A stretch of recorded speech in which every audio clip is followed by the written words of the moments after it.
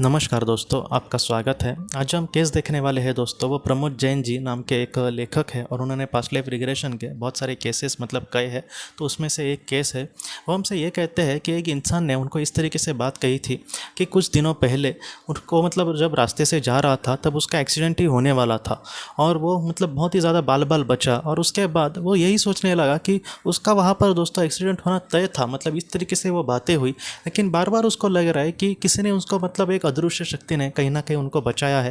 लेकिन फिर भी वो समझ नहीं पा रहा था कि आखिर वो किस तरीके से बच गए।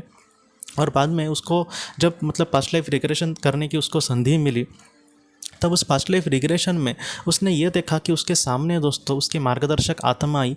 और वो मार्गदर्शक आत्मा कुछ इस तरीके से थोड़ी सी बूढ़ी, जैसे एक संत वगैरह जैसे या फिर एक जैसे ऋषि मुनि वगैरह जैसे होते हैं, उस तरीके से वो कहीं ना कहीं दिख रहे थे।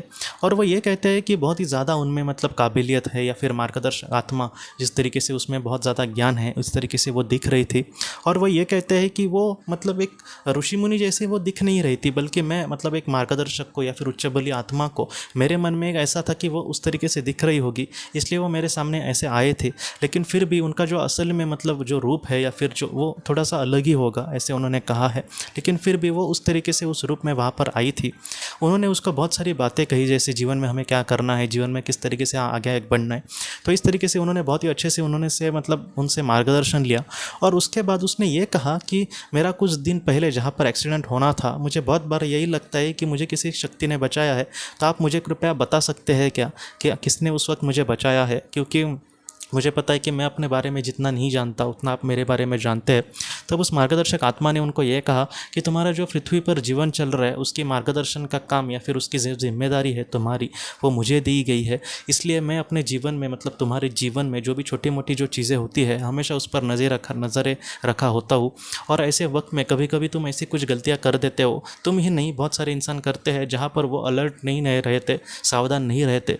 तो ऐसे वक्त में बहुत सारे बार हमारे मार्गदर्शक आत्माओं को तुम्हें बचाने की कोशिश करनी होती है, तुम्हें बचाना होता है। लेकिन ऐसी जो चीज़ें होती है, हमें पहले ही पता होता है कि कब क्या घटने वाला है, और इसलिए हम बहुत ही अच्छे से वो काम कर सकते हैं। उसका उनको पहले ही ज्ञान हो जाता है।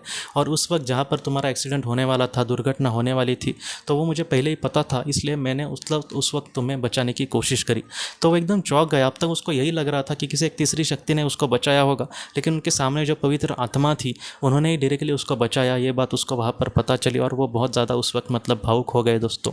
तो ये कहते हैं कि इस तरीके से कुछ बातें होती है जहाँ पर हमारी जिम्मेदारी जिस आत्मा को दी जाती है, वो इस तरीके से बहुत बार हमें बचाने की कोशिश करती है, ताकि उनको पता होता है कि अगर ऐसा हुआ तो बहुत बड़ी मुसीबत उनके सामने आ सकती है। ये जो कहानी है दोस्तों, ये एक तो सिखाती ही है ये बात की, जहाँ पर मार्गदर्शक आत्मा या फिर उच्च बली जो आत्मा है, वो उस इंसान को उस दुर्घटना से या फिर उस परिस्थिति से बचाने की कोशिश करती है।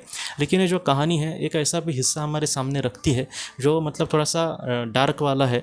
और वो ये है दोस्तों कि कभी कभी छोटी सी गलतियाँ इंसान की छोटा सा, जहाँ पे हमें जाना नहीं होता वहाँ पर हम चले जाते हैं और वहाँ पर कुछ दुर्घटना हो जाती है कभी कभी कुछ लोगों की।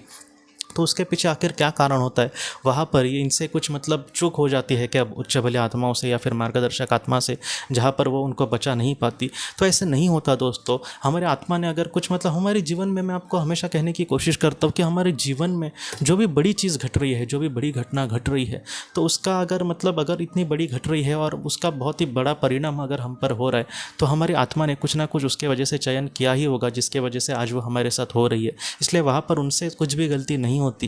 ये सारी जो बातें हैं वो हम आत्मा के स्वरूप में बहुत ही अच्छे से जान सकते हैं।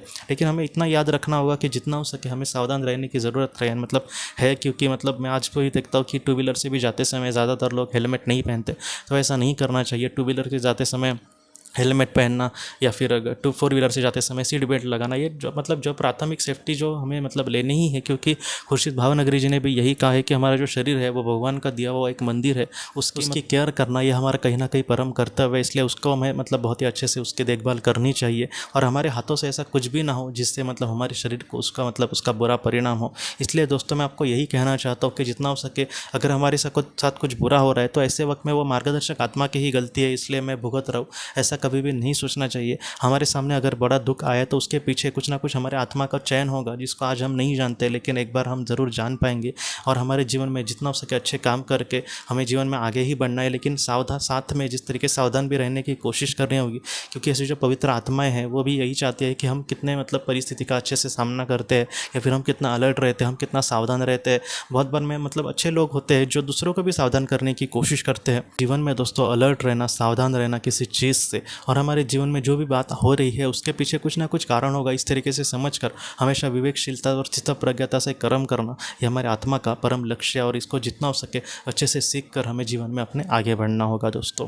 तो दोस्तों हम अपने अगली वीडियो में किसी नए विषय को लेकर मिलेंगे। तब तक आप अपना, अपने परिवार का ख्याल रखना। आपका बहुत बहुत धन्यवाद। ज़िंदगी की रोशनी ये एक कंसल्टेंसी है जो ऐसे लोगों को मदद करने की कोशिश करती है जिन्होंने किसी अपने को खोया है, या फिर जो लोग अपने जीवन में बहुत ही ज़्यादा दुखी है। जो लोग इस संस्था के साथ जुड़ते हैं उन्हें पास्ट लाइफ रिग्रेशन की ऑडियोज़ भेजी जाएगी, जिससे घर बैठे वह पास्ट लाइफ रिग्रेशन का अभ्यास कर सकते हैं। और उन्हें 5 मेडिटेशन ध्यान की भी ऑडियोज़ भेजी जाएगी, और इसके साथ साथ उन्हें PDF किताबें भेजी जाएंगी जो हिंदी और अंग्रेज़ी में है, जो मोबाइल पर या फिर लैपटॉप पर आप उसे पढ़ सकते हैं। और 10 ऑडियो बुक्स भी आपको भेजी जाएंगी।